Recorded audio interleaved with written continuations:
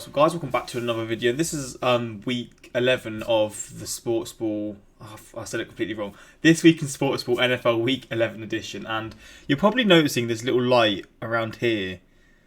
It's sort of like I don't really know what's happening there. I've shut my curtains. There's no real light coming in, so I'm just confused. But if it annoys you, I apologise. You probably didn't even notice until I pointed it out. But yeah, that's that. But let's get into this, man. I mean, I ramble a lot, but you know how it is with this series. I love doing it, and you guys seem to continuously enjoy these reactions and always ask me to do the next week and the next week. So whenever it comes out, I'm always going to do it. But I know it's getting close to the playoffs for the NFL. So maybe I'm going to do a few streams here and there, watching games live from the playoffs. Because, again, I know it's relatively soon. I don't know how soon, but it is relatively soon. And a lot of people have suggested me to do so. So, if you do want that, I don't know if I'll stream. I'll probably do the reactions on my main channel, actually, because just more people, right? But, yeah, if you are interested in that, let me know down below if you would want to see that. But let's get into this, man. It's another banger. Let's just check this out. I'm pissed off, Angelo. I'm pissed off. There's not a... Will you shut up and let me answer? I think I'm breaking every FCC rule in the book. I'm calling both games. As rare as sanity in the world today, we have a good Thursday night football game to watch.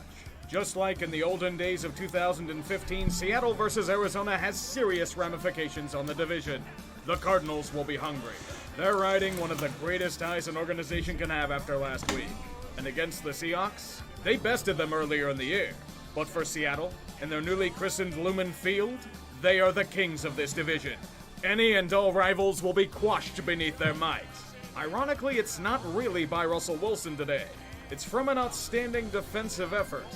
Try saying that a few weeks ago. Pat Pete can try and fight it all he wants, but he has chosen death.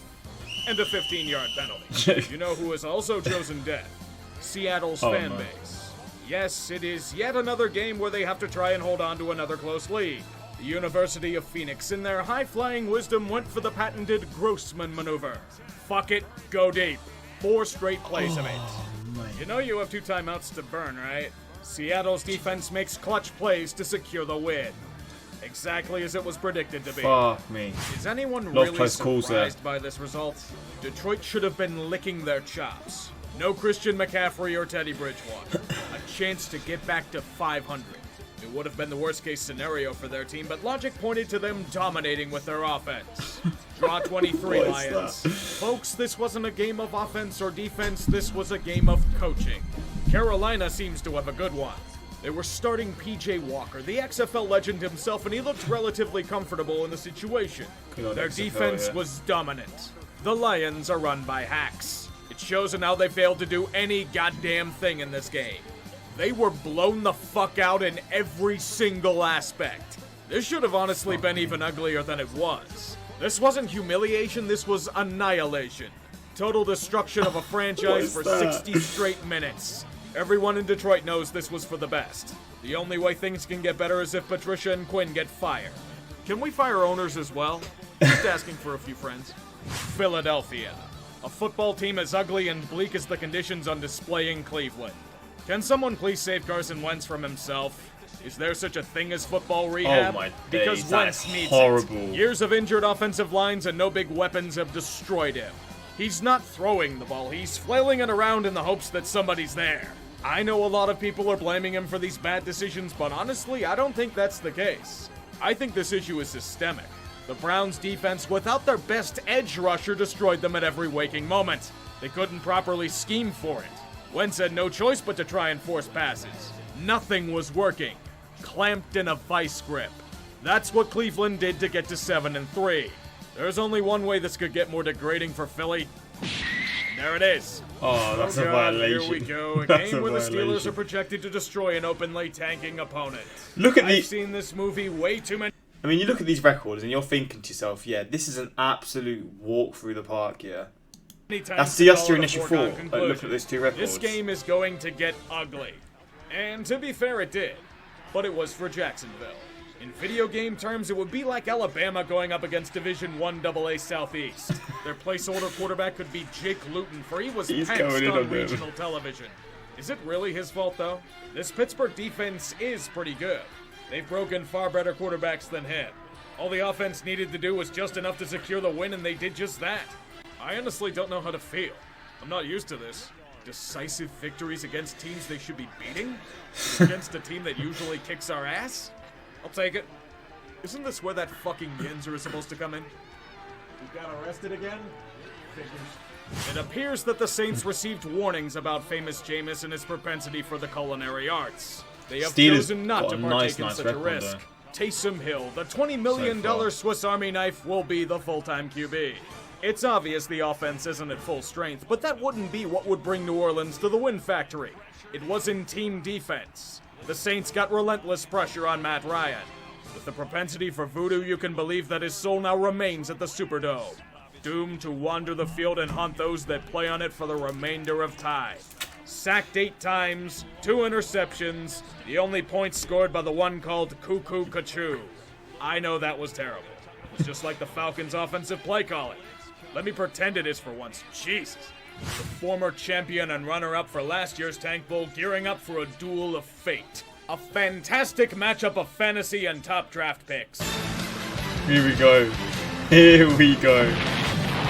I love how he always has the same clips for it. It's incredible. Oh, these two teams are pure memes, aren't they? It's just as beautifully ugly as I had expected it to be. Everything dies when they arrive at FedEx Field. Careers, promising arcs, hope, and especially quality football. The comedy of errors on display reeks of teams that know the real prize at the end of the day. The first overall pick. All that remains, Fat Randy. He chose to participate in the Parky Challenge. Charity he's donating to, the Island of Misfit Kickers. Oh my god. Despite this, Cincinnati has the lead, but it's only by 2. I fucking knew it. This offensive line is going to kill Joe Burrow. He literally got Carson Palmered. Can we have anything that's good in this league? Seriously? And the Bungles are on a ketamine high saying their O-line is fine? Fuck off to McVay's teat, you underqualified rube. You can go back there as we deal with Ryan Finley. The guy impersonating a Madden-generated prospect. He's still in the league? Washington, here's your win. Alex Smith finally gets his feel-good moment since the devastating injury, but like this? The cost might have been far too great to bear. God, I fucking hate the Bungles. Ruin everything they touch. Be careful, but the Patriots are still clinging on to dear life in the AFC playoff hunt.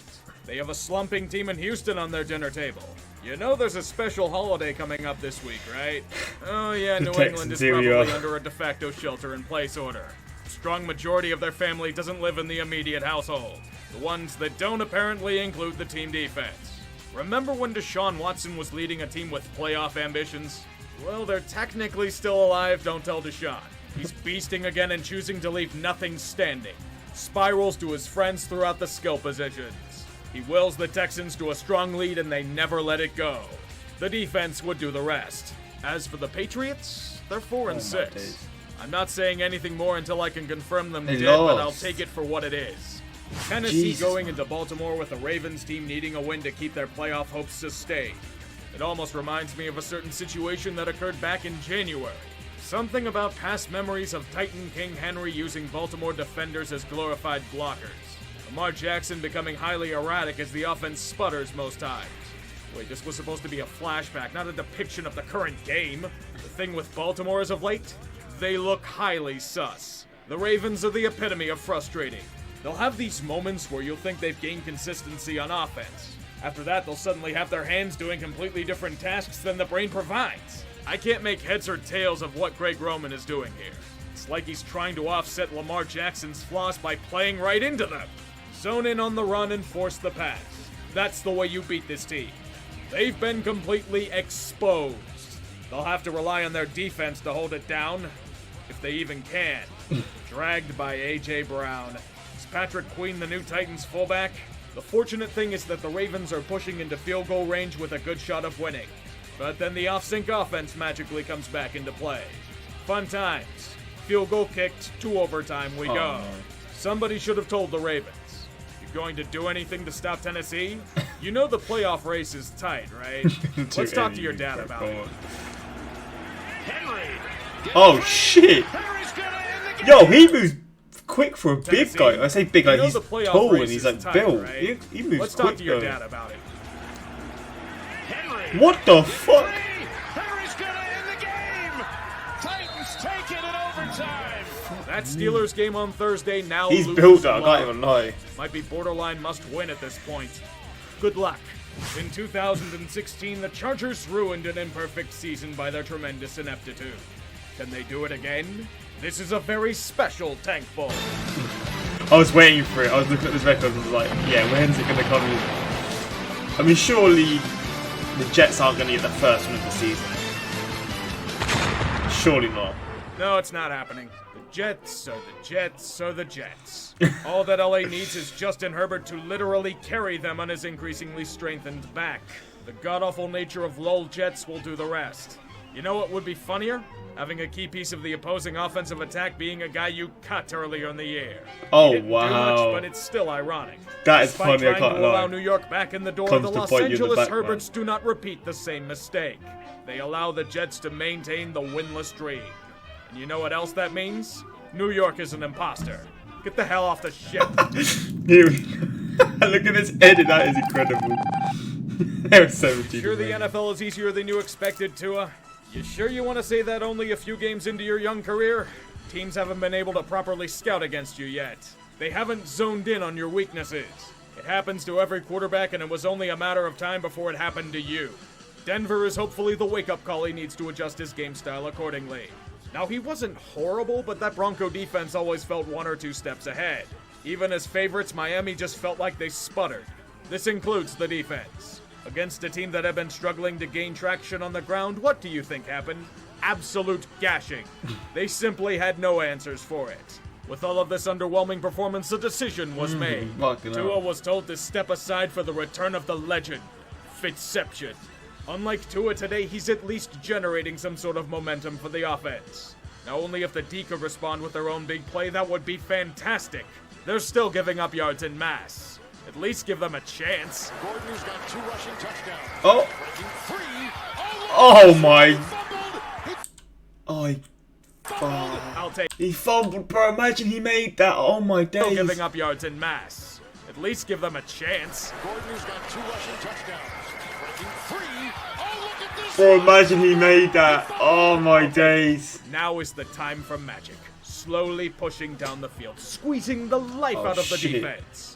This is what playoff teams do. That would have They been find nasty. I'm not ways even gonna to lie. win. That's crazy. That little play. Oh shit! By the all-pro Justin Simmons. Now you see why we Cubs do. They find ways to win. Into the end zone. Oh, that's so unlucky, man. By the all-pro Justin Simmons. Insane Now you see defensive why play we though. call it God damn. Fitzception. He giveth and he giveth away. Praise be the immortal himself. False hope. It bleeds in both of these franchises. At least Minnesota has some reason to feel it. They've won 3 straight against division rivals. Dalvin Cook is eating. They have a cupcake schedule coming up. First, Dallas. Andy Dalton is back in the saddle after an extended absence. After this long skid of incredibly ugly football, they need a safety valve to ease the blow. Dallas may have gotten it. Weeks of turmoil and apparent... Oi, oi, oi, oi, oi. Did I just see that in a weird angle? Or was that like one of the nicest catches I've seen? After this long skid of incredibly ugly football, they need a safety Bruh. valve to ease the blow. Dallas may have gotten it.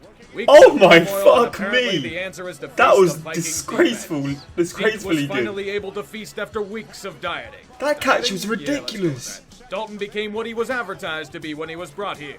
But despite all of this and a few key fumbles by Minnesota, they are trailing by 4 late. This is the stuff Mike McCarthy is known for. Do you remember back in Green Bay? His genius and a bunch of outstanding individual efforts led them to repeated comeback victories. And if there's anything McCarthy is good at, it's warding off Viking invasions. That was Let's a see if bullet he can throw. do the same here. Dalton looking at Tony throws. Touchdown. I've warmed up to Tank Division. It is the most He's warmed up horrifically to it. intriguing foursome in football. Pure equity. Every team has 3 wins. So what team should I start simping? What the fuck? You know it's a highly That is prestigious game when ridiculous. Joe Buck and Troy Aikman are on the call. I'm not saying that's a good thing, it's just Fox's main broadcasting crew. Fortunately for us, these two teams chose not to settle for mediocrity. They promised a high-profile matchup, and by God, we're going to get it. Green Bay is showing why they've been considered to be a top contender for the NFC crown. Aaron Rodgers is forcing it in places that many can't do here. The Packers have spread their wings and are flying to a 14-point lead at halftime. Keep the foot on the gas? Not in their terms of agreement. They've done enough. Time to go home, apparently. Thanks to an offensive shutdown and some well-timed fumbles, Indianapolis does what they do best. They muck and grind their way back into the game. See, it's their turn to prove superiority. Colts have been overlooked far too often this year. They may not be the flashiest team, but by God, they're going to get their statement win if they die trying. Oh dear, it appears someone pressed the overtime button at Buffalo Wild Wings. You know what this means? Holding penalties galore for Indianapolis. And some more of that Rodgers sorcery. I'd say that was more important, but we have some overtime coming our way. Green Bay gets the ball. You know what this means. Valdez-Scantling falls out. The entire fan base wants MVS dead. Yes, it is solely his fault that the entire offense laid an egg in the second half. Indianapolis gets their statement win and also keeps pace with the Titans. Good work. First career fumble. Very good what work. The hell? I like a team that causes cheeseheads to melt down. The Raiders are in a pickle. A good portion of their defense is either on or had time spent on the COVID list. Against a team like Kansas City and their offense, it will be a great challenge. If he made that a win here will be huge for Las Vegas. It will not only solidify themselves as contenders, but will give them a strong edge in playoff seeding. I will say this, Vegas is holding tough. They have flaws, but they mask them by being dialed into the scheme and game plan. That spin, you know. Imagine me not thinking John Gruden would turn into a meme in the modern NFL. I probably jinxed it. Derek Carr, honestly, is looking like he's back in 2016 form. He looks poised, confident, he looks angry, bro. Everything you'd want in a starting QB. Like he wants a shootout ensues. Like he wants some beef. Defense right there, is man. left to waste as the passing attack holds serve throughout the night. The Raiders may see themselves with victory with a touchdown late, but they gave Kansas City too much time. You know what happens when you give Mahomes even a sliver of an opportunity? He takes advantage of it. It's Frank's nuts, isn't it? It's Frank's nuts. The end zone wide open. Touchdown. The Chiefs have the last laugh. A heartbreaking loss for Raider Nation. They will not get their leg up in the playoff race. I can't blame a good effort, though. Their uniforms may be horrible, but at least the Rams' on-field product hasn't been shit this year. The one thing they need, though, is a statement win. Most of their victories this year have been against tank division. They won't be taken seriously until they beat more than Seattle. Oh, would you look at that? The Buccaneers. They're perfect. LA can make Tom Brady's day a living hell. Ceaseless attacks against him in the pocket. And none of it is by Aaron Donald. The game plan? Jared Goff throwing over 50 times. I know it sounds crazy, but trust me, it'll work. It's a back-and-forth twist of fate with two teams eager to gain ground. What the fuck? The defensive struggle continues on into the fourth quarter, with quite possibly one of the worst offensive drives I've ever seen by the Rams. Botched snap, delay of game, interception. Tampa Bay takes momentum and ties the game. Rams, you need to do something here. They must have heard all the doubters. They push hard, but only for a field goal. There's too much time left, and Tom Brady is unfortunately known for comeback drives. My condolences, as Brady has had serious trouble throwing deep. Rams win. You beat a legitimate opponent. It was kind of sloppy in the end, but good work. Let us end this occasion with the dubbing of the Lol Cow of the Week. Here we go. This time we have four I love this nominees section eager so to strut much. their This stuff. is my favorite for sure. They are the officials for Purdue versus Minnesota. For this awful phantom pass interference call on Purdue, robbing them of the game-winning touchdown. God damn. They would throw an interception on the very next play. Ref ball at its finest. The Denver Broncos, for having absolutely no idea how to end a game on their final drive. I know. Winning. It's shocking. The Cincinnati Bengals, for being a shithole franchise that has potentially ruined the career of Joe Burrow. Fuck them. And Green Bay Packers fans, for sending alleged death threats to Marquez Valdez-Scantling. Yeah, that's kind of mad. Like, when it comes to sports, that happens a lot, doesn't it? Like, in all sports. Like, you'll get, like, a player who does something wrong, and then they'll just get death threats. I shouldn't even laugh, but it just happens a lot in sports. And it's crazy, because it just makes you realise how crazy sports fans are. Fucking game, Jesus Christ. No one deserves to die over a fumble. And the winner, by a close margin, is the Packers fan base. Sorry, Tom Grassi, I love you, but I have to deal in absolutes. You and your brethren are lolcow of the week. If only MVS dropped that pass on the final drive in the fourth quarter, this could have been avoided. There's a big batch of offerings to our insatiable gods this week. God, that's a long Let's one get today. to it. More COVID. More COVID. More COVID. Unit lost. Torn plateau. Plantar, I don't know what it is. Foot injury.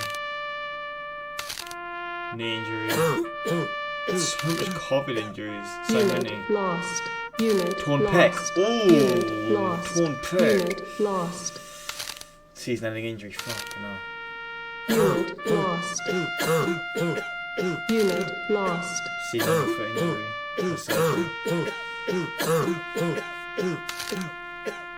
Ankle sprain. The amount of COVID, tests, not tests, people out from COVID is crazy.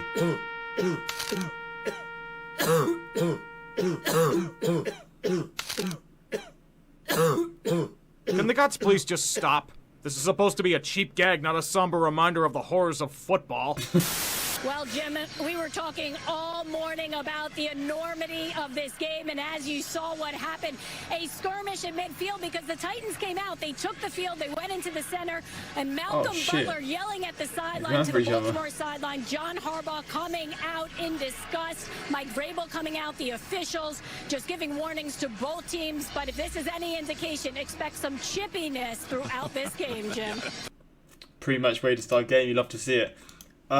Yeah, this is a crazy week. I mean, crazy things are happening every week now, but the amount of COVID people being... I can't even say the word. Like, people out with COVID is crazy. And it just seems to be going up each week. And it makes sense because it's getting colder, right? But still, love watching this all the time, except for when my team loses. If the Cowboys lose tomorrow, do another tonight on Dallas Thanksgiving special. This show has been going on since 29th of 1996. Oh, goddamn. The real reason they postponed the Steelers game was not to take attention away from the mighty tank division. I'm here to trade my lifetime Vikings fan membership for a bag of peanuts and a can to drive away. Who's ready for Thanksgiving? Rip Maradona. Yeah, of course, man. Of course, man. Rest in peace, Maradona. Sad news. If we can start to fire owners in the NFL, Dean Spanos is first. Last time I was this early, the Steelers had a Thanksgiving game. I really liked that Among Us edit for the team. Yeah, that got me as well. That was good at it, I can't lie.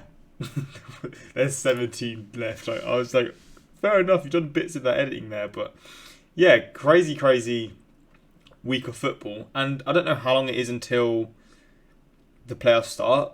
But again, I know it's pretty damn soon. And if you want me to do some games, like streaming the reaction to it, I won't be able to do it all the time, but I would like to do a few here and there.